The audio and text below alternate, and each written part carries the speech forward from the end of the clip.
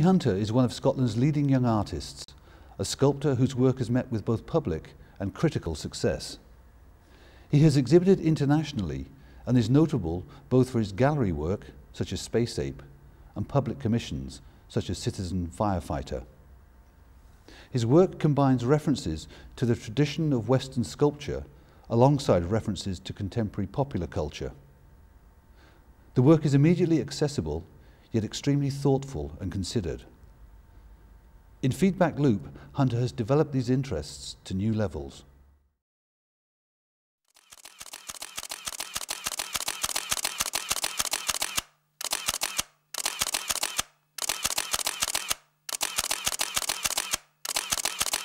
I guess if you had to hang the sculpture on a primary source, or what does it actually depict, beyond what it might mean, it depicts a Japanese teenager from the Harajuku district in Tokyo, which was a kind of a very eclectic fashion cult which briefly flowered and to some degree still exists, but probably not as much in a pure sense as it did once. Which was, I guess, it kind of, for me, it kind of reflected a little bit of the early days of punk as well.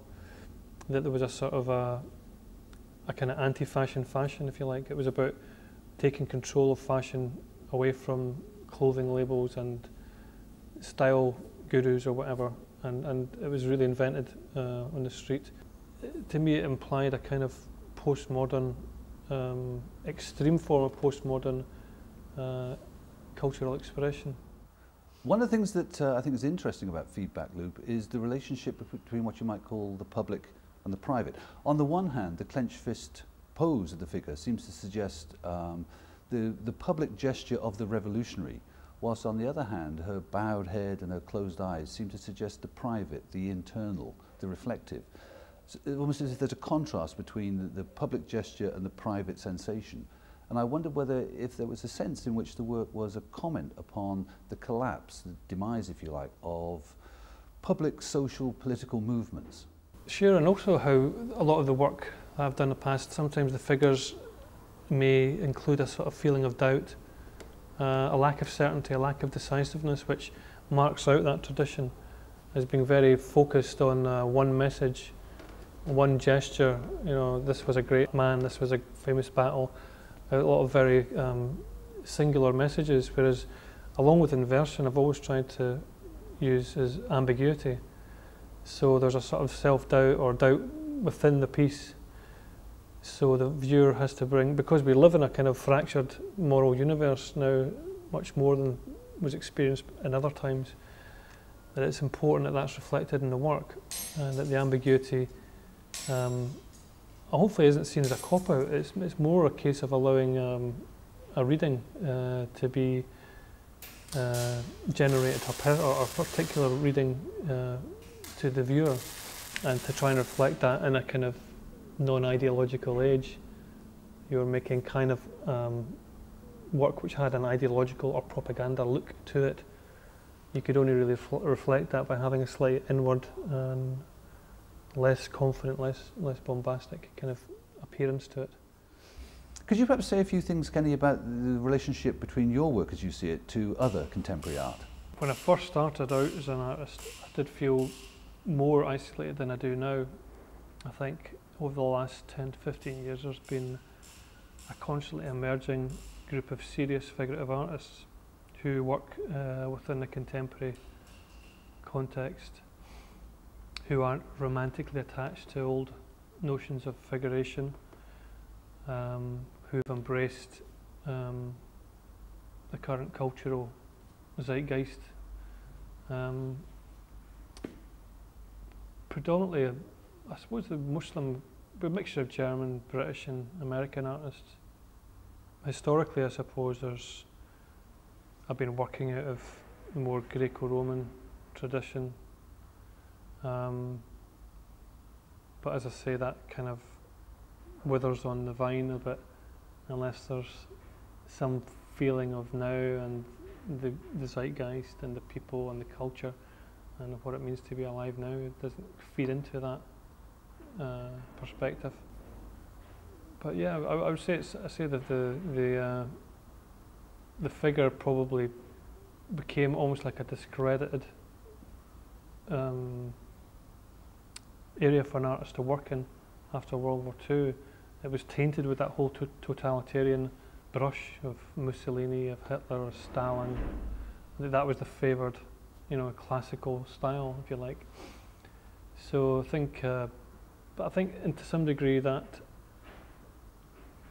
is quite a short-sighted viewpoint, ultimately, because there's so much of the figure is such a huge part of the human condition. From the very kind of early humans who made effigies out of clay or whatever was available, wood, that we have an enduring and understandable fascination with, sculptures of other humans and animals. And we have to look beyond the last 50 years and see this huge tradition stretching back, and I think I'm part of that as much as I am of anything else. I mean, first of all, I think that these classical types, if you like, still have some cultural weight today.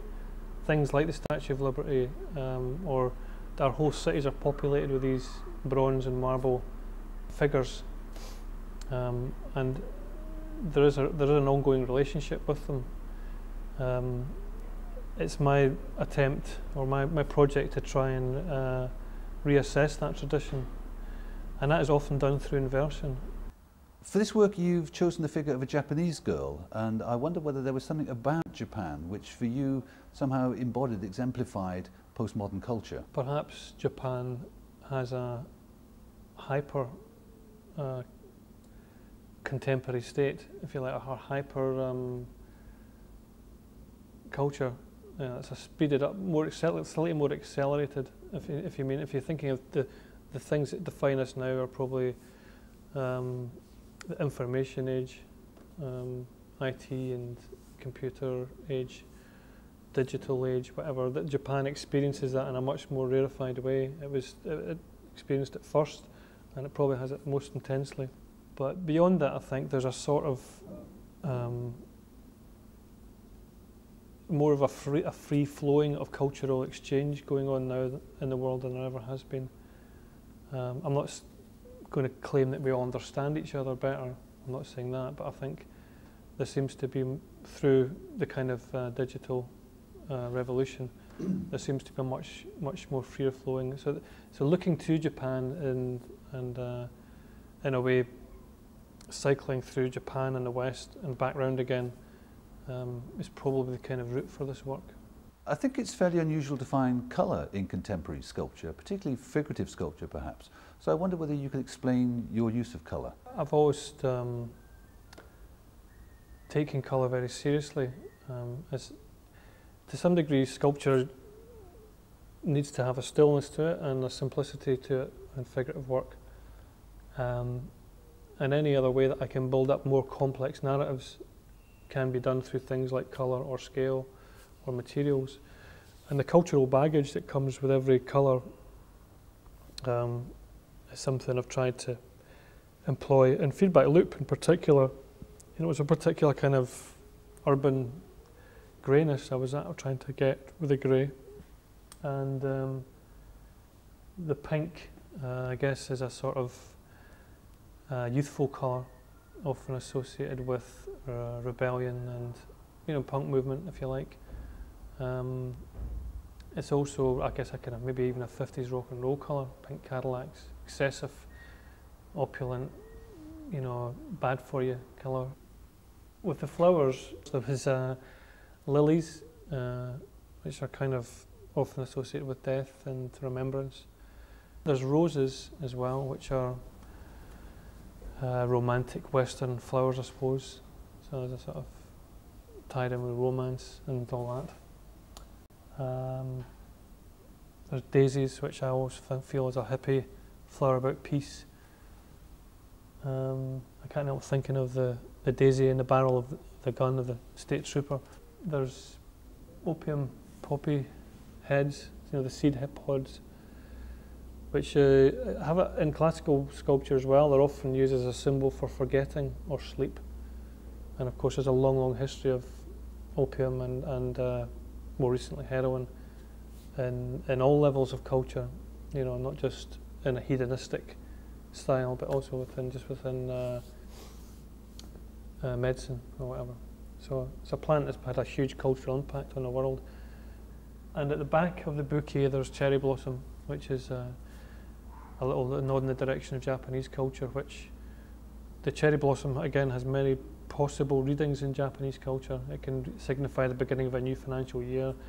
It can signify or the academic year. It's a spring flower, but it's also, I think, it can also be seen as the symbol of the perfect death, because the cherry blossom dies or falls from the tree at its most beautiful. It doesn't sort of wither. It just, and it's there's that attraction to sort of doomed youth and that crossover with that sort of aspect of culture. So in some ways the whole inversion again, I guess flowers or attributes in sculpture are often used, so I'm sort of playing off that kind of tradition. What kinds of materials have you used in Feedback Loop? In Feedback Loop, it's a resin work, glass fibre, reinforced plastic, kind of a signature material to some degree for me. But in this case I've also included a wooden base, although to some degree at a distance it looks like a stone plinth. It's actually a chipboard plinth, and it kind of, I guess it's a wee kind of comment on postmodern kind of values of materials, how there's a sort of, it has a look of something but it doesn't have the same integrity as a real thing, because there's a lot of surfaces that we look at nowadays which mimic something else that it isn't, and in a way we want, you know, the eternalness of stone, but we haven't got the time and the money, or even probably the expertise to do it anymore. So we get a stone veneer and we put it on. So there's a kind of a want to return to materials and naturalism, and within that there's implied knowledge that we can never regain it. We can never regain that connection with nature. There has to be a believability about the drapery and about the figure, but I don't want to be drawn into detail, because I think that becomes, I'm not interested in realism. I'm not interested in how dramatic that can be. I'd rather pare it down, reduce it down to its essential elements. Marshall Berman's All That Solid Melts into Air is this whole feeling of a modern culture being one of constant change and movement, fluidity. Fluidity being a very strong metaphor in how I approach the figure. It has a kind of potential to mutate and change and flux, and I want to try and capture that in the way I handle drapery. The little wooden skids underneath it kind of imply the palette, which hopefully would then suggest that the sculpture can never truly find a home, that we can never place permanent art with permanent meanings for all time. We don't assume that we can do that anymore, so the sculpture has the ability to be shifted. One of the things that strikes me about Feedback Loop is that on the one hand, the figure has this revolutionary gesture. And if we think of revolutions as being communal phenomena, but there's something about this figure that seems to be very isolated, very individualistic, turning into herself rather than out towards the public. Yeah, I think what you just said there sums up quite accurately. Just to reiterate that my ambition for the work was to try and articulate a sense that rebellion or revolutions ongoing now tend to be quite singular or insular events, kind of changing the self, taking control of the self, of the body, rather than the outward body politic or any sense of a collective attempt to do that anyway. I believe very strongly in the set of senses, and part of the appeal of even being a sculptor is a sensual one. And the intellectual side of it is just as important to me as well. But it's, I do believe also that if I produce something which has a sensory side to it, then it will hold an audience or anybody who's maybe slightly doubting about whether or not to get involved in a piece of contemporary art, if I can attract their senses or intrigue their senses of touch and sight, form, that type of thing, colour, light, so it becomes quite almost hopefully a slight sense of irresistible about it. You want to look at it. That sort of sets up the context for intellectual engagement as well. And the ambiguity inherent in the piece means that once you've left the work, the questions still resonate with the work as well. Feedback Loop began life as a commission by the CCA in Glasgow and has subsequently been purchased by Aberdeen Art Gallery for its growing collection of contemporary Scottish art. Hunter, meanwhile, is busy producing new work for his latest exhibitions and commissions. We're collecting a lot of work by artists at the moment. We've got a new scheme which is funded partly by the Contemporary Art Society and the Scottish Arts Council. It's a lottery-funded scheme. And within that collecting scheme, we're trying to gather together works by international artists, including Scottish artists, but on a very international theme. So particularly looking at how the world is shrinking, how you might find a Starbucks in Thailand or a sushi bar in London, and there wouldn't be anything odd about that. People dress the same all over the world, and to some extent they look the same. And we're interested in that identification of people, and we think that Kenny covers that very well in his work. He looks to Japanese culture and aesthetics, and that's also what we're doing in our collecting policy. We are planning to buy works by some Japanese artists and to show them alongside works by European artists, including Kenny. I find Kenny's work tremendously accessible. We are trying to appeal to all sorts of sections of the community, and I think his work, as well as being profound and quite moving in many ways, is also very immediate. The fact that it's figurative rather than abstract is quite unusual in many ways. And he's looking at the real world around us, which is very much a part of our current collecting theme, which is titled A Child of Our Time.